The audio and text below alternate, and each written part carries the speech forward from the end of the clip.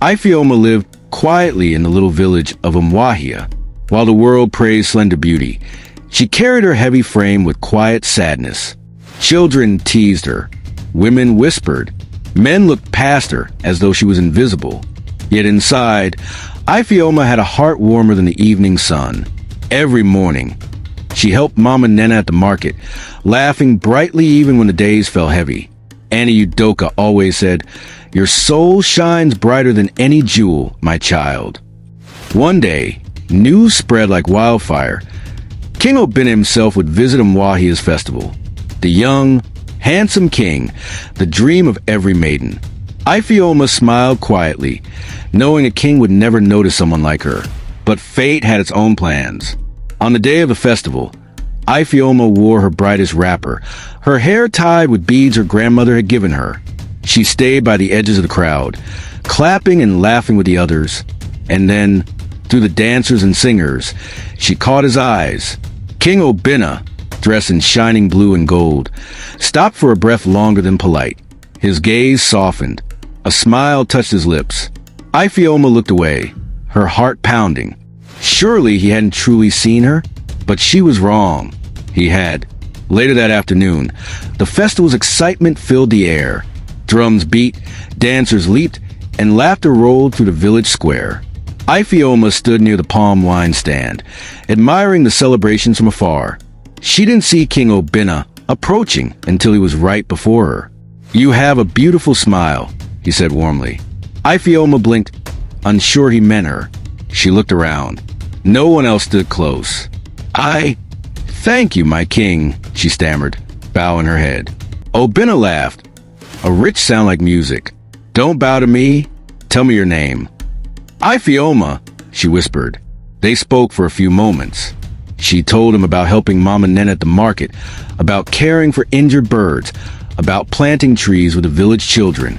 Obinna listened as if every word mattered. From across the square, Ngozi watched with fury burning in her chest. She tossed her braided hair over her shoulder and marched away, her mind already turning to dark plans. The king laughed again, delighted by Ifeoma's honesty. Before he left, he said quietly, "I hope to see you again before I return to my palace." Ifeoma's heart floated higher than the kites flying in the evening sky.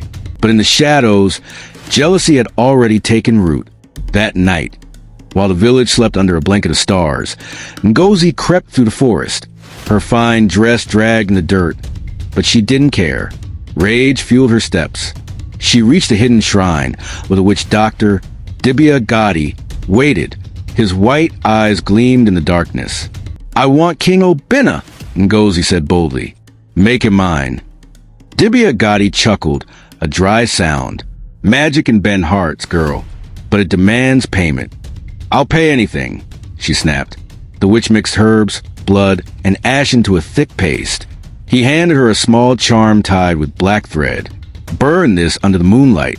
As it burns, so will his will bend." Ngozi snatched the charm and fled, not caring about the warnings whispered by the trees.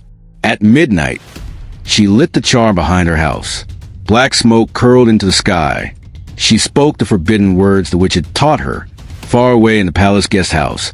King Obinna stirred in his sleep. His dreams darkened. Confusion clouded his heart. By morning, everything changed. When Ifeoma smiled at him, he looked past her. When Ngozi laughed, he was drawn to her as if by invisible chains. The spell had begun its cruel work. Ifeoma felt the change immediately. Where King Obinna had once smiled warmly at her, now he barely noticed her at all. His words were cold, his eyes distant. Beside him, Ngozi clung proudly to his arm, laughing too loudly, flashing victorious smiles at Ifeoma. Each day, Ifeoma's heart cracked a little more. She withdrew from the festival, hiding in the market stalls, helping Mama Nena in silence. One evening, as she sat by the river, tears falling into her lap, Mama Nena sat beside her. "My child," she said softly, "love does not vanish so easily. When evil tears at it, true love fights back." Ifeoma shook her head. "He does not love me, Mama. I was foolish to dream." Before Mama Nena could reply, a soft voice called from behind them. It was Princess Amara, King Obina's younger sister. Ifeoma, Amara said urgently, I believe my brother's under a spell. He would never treat you so cruelly by choice. I can help you, but you must be brave. Hope flickered in Ifeoma's chest. With Amara's guidance and the loyal help of Okwudili, her childhood friend, Ifeoma prepared for a journey deep into the sacred grove, the only place where true magic could be undone. She wiped her tears. She would fight for her love. At dawn, Ifeoma, Okwudili, and Princess Amara set out for the sacred grove. The path was thick with mist and ancient trees that whispered secrets to the wind. They reached the heart of the grove, where a shimmering figure awaited them, the spirit of the sacred grove. Its golden eyes glowed as it spoke. Why do you seek me, child of earth? The spirit asked. Ifeoma stepped forward. To save the heart of the man I love. To break the evil spell cast upon him. The spirit studied her quietly, then said, to break dark magic, you must prove that your love is pure. You must forgive the one who wronged you. You must give up your own pride. A heavy silence fell. Ifeoma bowed her head. I will do whatever it takes. The spirit smiled and handed her a small gourd filled with glowing water. Pour this over the cursed one's heart, while speaking his true name from the depth of your soul. But know this, the spell may fight back. You must not waver. Ifeoma clutched the gourd tightly.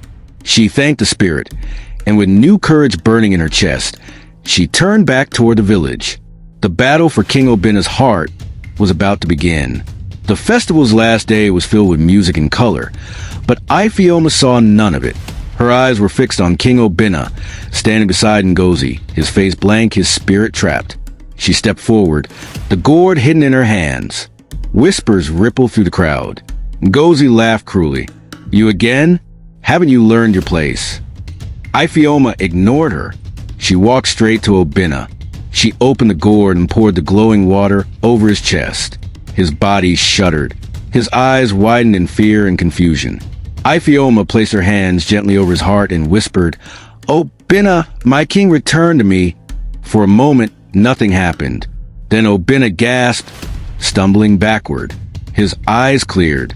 His gaze found Ifeoma, truly found her, and filled with recognition and sorrow.